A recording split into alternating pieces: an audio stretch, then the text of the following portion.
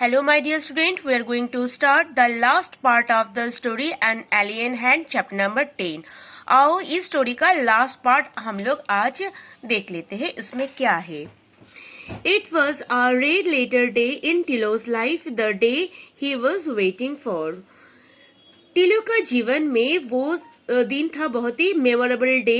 Red letter day मतलब memorable day, और इसी दिन के लिए वो वेट कर रहा था. For his father had at last taken him to the control room, और उसका फादर ने उसी दिन उसको कंट्रोल रूम में लेके गया था. From here he could see the alien spacecraft on his TV screen. और वो कंट्रोल रूम से, जो बड़ा वाला टीवी स्क्रीन है, वहां से वो जो एलियन स्पेसक्राफ्ट आया था उसका जो भी मूवमेंट हो रहा था वो देख पा रहा था. What a funny looking things, daddy. तो टिलो ने बोला, डैडी ये कितना मजेदार एक चीज है. What does it contain? ये इसमें क्या है? टिलो ने बोला. His father shook his head. Can't say for sure. उसका पापा ने सिर हिलाया और बोला, ठीक से बता नहीं पाएंगे एक्चुअली ये है क्या चीज. We are only allowed to observe it from far. हम लोग सिर्फ उसको ऑब्जर्व ही कर सकते हैं दूर से. But we control all its parts and can exercise our power if it is up to any mischief.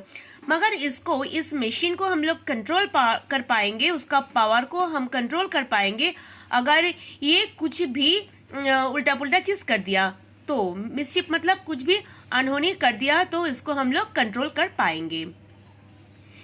He pointed to an impressive panel with a several colored buttons on it. Tilo looked at them wistfully.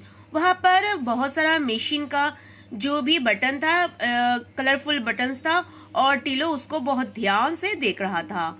Look, it's up to something, Daddy. Tilo suddenly noted some movement in the spacecraft. तो spacecraft में कुछ भी movement हो रहा था तो टिलो ने बोला, डैडी आप देखो वहां पर क्या हो रहा है. Other in the control room saw it too. Control room में और भी जितने सारे साइंटिस्ट या लोग थे वो भी देख रहा था. All eyes were now glued to the screen. सारे लोगों का आई जो मतलब आंख उसी स्क्रीन पे टिका हुआ था. A mechanical hand was emerging from the spacecraft. एक मशीन वाला हाथ वो स्पेसक्राफ्ट से निकल आया. It was approaching the surface of the planet.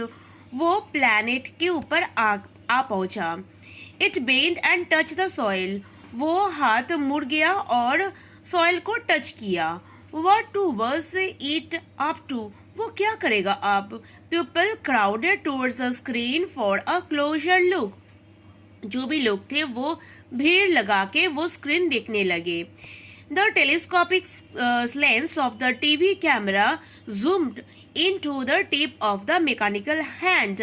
अभी जो टीवी कैमरा का जूम कर दिया और मशीन का हैंड को ही जूम कर दिया ताकि उसमें जो भी हरकत हो रहा है वो देख पाए. Tilo was starting at the control panel and its attractive button. Tilo ने एक आकर्षक बटन को देखा और उसको कंट्रोल करना शुरू कर दिया. An irresistible desire got hold of him to press the most prominent of all the button.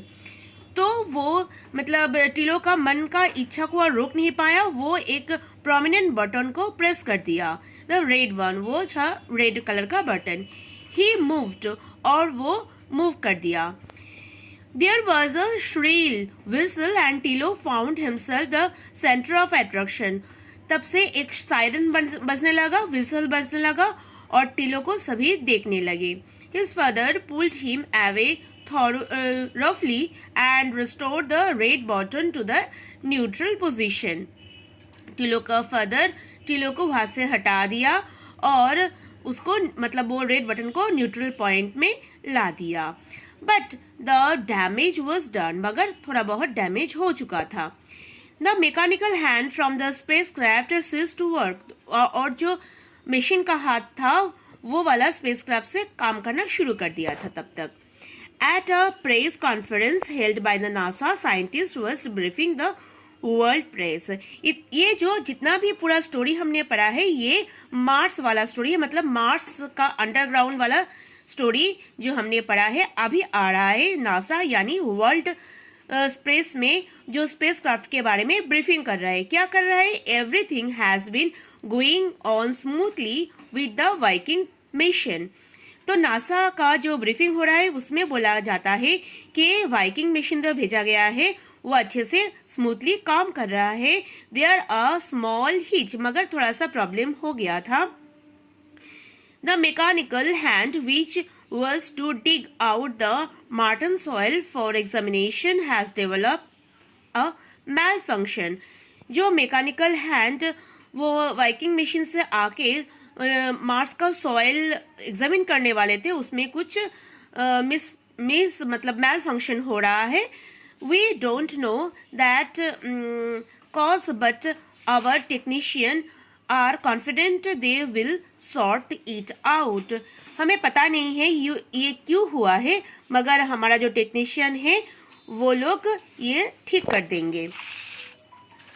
And shortly afterward, there was another press release from NASA. कुछ ही देर बाद नासा से और एक प्रेस रिलीज हुआ. The mechanical hand is working again. जो machine वाला हाथ था वो फिर से काम करना शुरू कर दिया, thanks to the effort of our technician. तो हमारा टेक्नीशियन को बहुत बहुत धन्यवाद.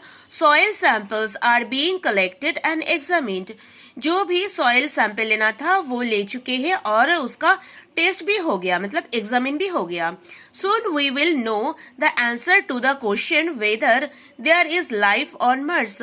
तो हमें जल्दी ही पता चल जाएगा कि मार्स में जीवन है या नहीं. लाइफ ऑन मार्स, मार्स में जीवन. Of all the planet is our solar system. Mars is the nearest location and physical condition to our Earth. जो मार्स है, मंगल ग्रह है, वो हमारा पृथ्वी से बहुत ही पास है और उसका फिजिकल कंडीशन और लोकेशन लगभग सेम ही है अर्थ से. So the scientist behind the Viking machine were helpful to finding life on Mars. इसीलिए जो भी साइंटिस्ट थे वो वाइकिंग मिशन को अप्लाई किया ताकि वो लोग आशा कर रहे थे कि मार्स में भी जीवन हो सकता है. But they were in for the disappointment. मगर ये उनके लिए अच्छा साबित नहीं हुआ, डिसअपॉइंटमेंट हो गया था, क्योंकि the Viking mission found no sign of life on Mars. Viking mission जो था वो मंगल ग्रह में कोई जीवन ढूंढ नहीं पाया. वहां पर कोई साइन नहीं था कि उसमें कोई जीवित चीज है. तो ये स्टोरी हमारे यहाँ पर खत्म हो जाता है. ये लिखा है जयंत नारिल्स्कर ने. तो तुम लोग ये अच्छे से पढ़ लेना और समझ लेना. बहुत अच्छा स्टोरी है. Okay, thank you.